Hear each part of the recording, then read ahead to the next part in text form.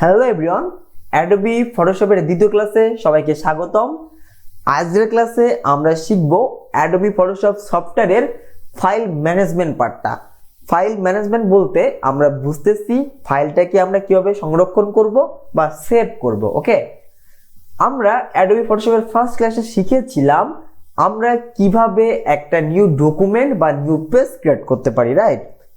আমরা এখন আমাদের সামনে যে ডকুমেন্টটা বা পেজটা দেখতে পাচ্ছি, এই সাদা যে অংশটা, একে ফটোশপের ভাষায় বলা হয় আর্টওয়ার্ক এরিয়া। ওকে, অর্থাৎ আমরা যখন কোনো ডিজাইন বা কোনো ড্রয়িং ক্রিয়েট করব তখন অবশ্যই আমাদের এই সাদা অংশের ভিতরে রেখে সেটাকে ডিজাইন করতে হবে। ওকে, যদি ভুলবশত আমাদের ডিজাইনের কোনো অংশ সাদা অংশের বাইরে যে কালো অংশগুলো রয়েছে এর মধ্যে চলে আসে, তাহলে সেই অংশটা দেখা যাবে না।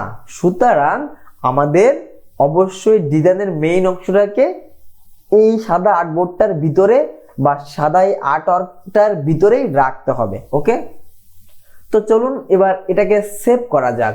আমরা কিভাবে সেভ করব? সেভ করার জন্য আমরা চলে যাব ফাইল অপশনে। ফাইলে এসে ক্লিক করলে দেখুন নিচে সেভ নামে একটা অপশন রয়েছে। এর ঠিক ডান পাশে কন্ট্রোল-এস লেখা রয়েছে, এটা হচ্ছে কিবোর্ড শর্টকাট। আমরা আমাদের কিবোর্ড থেকেও কন্ট্রোল-এস দিয়েও সেভ করতে পারি। তো আমরা এখানে ক্লিক করে দিলাম। ক্লিক করলে আমাদের সামনে আমাদের এই সেভের যে অপশন প্যানেলটা সেটা ওপেন হয়ে গেল। এবার এর নিচে তাকালে আমরা দেখতে পাবো সেভ টু ক্লাউড ডকুমেন্ট। যদি আপনি ক্লাউড বেস কোনো কাজ করেন তো এটা দিয়ে সেভ করবেন, কিন্তু আমরা চাচ্ছি আমরা যে ফাইলটার কাজ করব, যে ডিজাইনটা করব, সেটা আমাদের কম্পিউটারে কোথাও একটা সেভ করা থাকবে। সো আমরা চলে যাব কোথায়? সেভ অন ইওর কম্পিউটারে। তো আমরা ক্লিক করলাম। ক্লিক করলেই আমাদের সামনে এবার লোকেশনটা চাইবে। আমি সাপোজ চাচ্ছি ডেস্কটপে সেভ, তো ডেস্কটপটা সিলেক্ট করে দিলাম। এরপর আমরা জাস্ট এখানে এসে দেখুন কি লেখা আছে, ফাইল নেম, অর্থাৎ আপনি যে ডিজাইনটা করবেন এটা কি নামে সেভ করতে চাচ্ছেন সেই নামটা আপনি এখান থেকে দিয়ে দিবেন। সাপোজ আমি চাচ্ছি SAJIB, সজীব দিয়ে দিলাম। ওকে, এবার দেখুন নিচে কি আছে, সেভ অ্যাজ টাইপ, অর্থাৎ আপনি এটাকে কোন স্টাইলে সেভ দিবেন সেটা। আমরা যদি এখানে ক্লিক করি দেখব এখান থেকে আমাদের অনেকগুলো স্টাইল ফলো হচ্ছে। যেমন এখানে রয়েছে PSD mode, JPG mode, PNG mode, আরো ইত্যাদি অনেক মোড। হ্যাঁ, আমরা এখান থেকে অনেকে অনেক মোডগুলো চিনি, এবং বাকি যে মোডগুলো রয়েছে যখন আমরা ডিজাইন আলাদা আলাদাভাবে করব তখন এক একটা মোডের আলাদা আলাদাভাবে ব্যবহার রয়েছে, তখন আরো ভালো মতো শিখবো।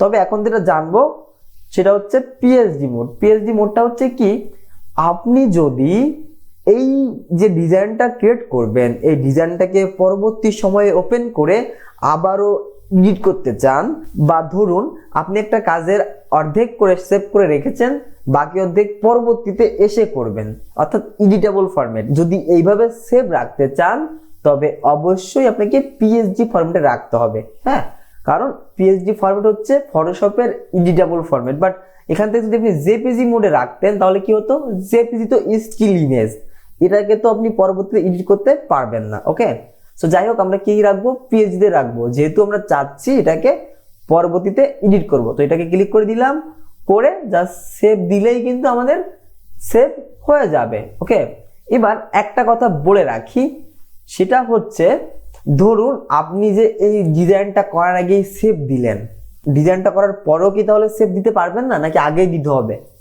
আপনি সেভ যে কোনো সময় দিতে পারেন, কিন্তু কথা হচ্ছে যদি আপনি সেভটাকে ডিজাইন তৈরির আগেই দেন তাহলে কি হবে, ধরুন আপনার পিসিটার কনফিগারেশন খুবই লো, অ্যাডোবি ফটোশপ সফটওয়্যারটা একটা ভারী সফটওয়্যার, যখন আপনার পিসিতে এই সফটওয়্যারটা রান করবে তখন কিন্তু পিসিতে একটা লোড পড়বে।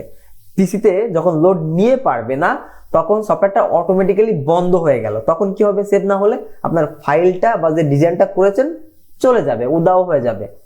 সুতরাং আমাদের উচিত একটু একটু করে ডিজাইন ক্রিয়েট করা, আর কি কন্ট্রোল-এস দিয়ে সেভ করা। কারণ আমরা তো দেখেছিলাম সেভের শর্টকাট হচ্ছে কি, কন্ট্রোল-এস। আপনাকে বারে বারে ফাইলে এসে এইখানে সেভ দিতে হবে না, আপনাকে জাস্ট কিবোর্ডে কন্ট্রোল-এস দিলেই সেভ হবে। যেমন একটু করতেছেন, কন্ট্রোল এস দিচ্ছেন, একটু ডিজাইন সামনের দিকে এগোচ্ছেন আবার কন্ট্রোল এস দিচ্ছেন, তাহলে কি হবে, আপনার ফাইলটা হারানোর সম্ভাবনা থাকবে না।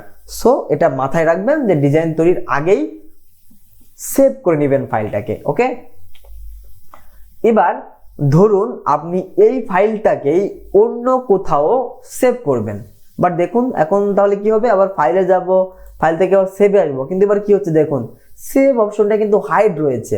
তাহলে আপনি কি করবেন, সেভ অ্যাজ দিবেন। সেভ অ্যাজ এর কাজ হলো কি, আপনার এই ফাইলটা কোথাও হয়তো এখন সেভ আছে, এই জন্য এই সেভটা আর কাজ করবে না।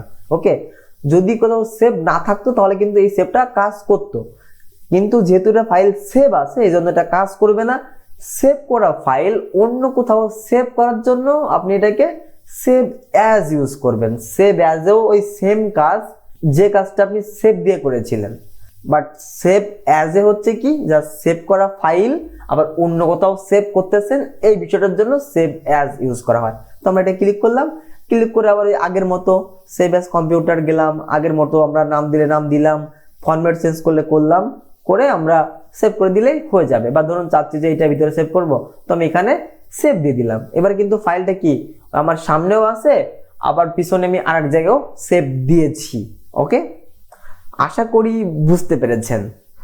এভাবেই আমরা আমাদের ফাইল ম্যানেজমেন্টের কাজটা আগে করে নিব। দেখা হবে পরবর্তী ক্লাসে, সে পর্যন্ত সবার জন্য শুভকামনা থাকলো, ভালো থাকবেন সবাই, ধন্যবাদ।